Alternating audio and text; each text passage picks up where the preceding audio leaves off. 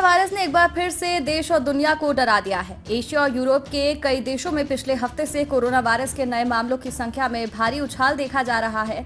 सबसे ज्यादा बुरे हालात दक्षिण कोरिया और जर्मनी में बने हुए हैं।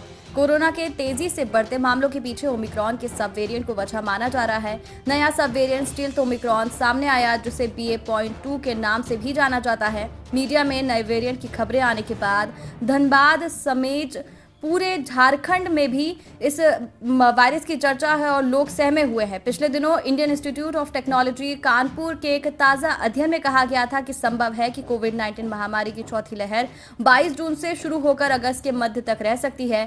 IIT कानपुर के शोधकर्ता एस प्रसाद, राजेश भाई, शुभ्र शंकर धर और शलभ द्वारा किए अध्ययन में कहा गया कि संभव है कि वायरस के नए वेरिएंट का व्यापक असर होगा। हालांकि कई वैज्ञानिकों का कहना है कि चौथी लहर आने का पूर्वानुमान एक कयास हो सकता है। कोविड-19 के मामलों में अगले 3 महीनों में एक बार फिर से तेजी आने की आशंका को दूर करते हुए उन्होंने कहा कि भारत में अधिकतर लोगों को वैक्सीन की दोनों डोज लग चुकी है और एक बार वह प्राकृतिक रूप से संक्रमित हो चुके हैं। इसलिए अगर लहर आती भी है तो अस्पताल में भर्ती होने और मौतों के संदर्भ में नतीजे प्रबंध करने योग्य होंगे, बशर्ते वायरस का कोई नया वेरिएंट ना आ जाए। लापरवाही पड़ेगी भारी, विश्व स्वास्थ्य संगठन ने चेताया।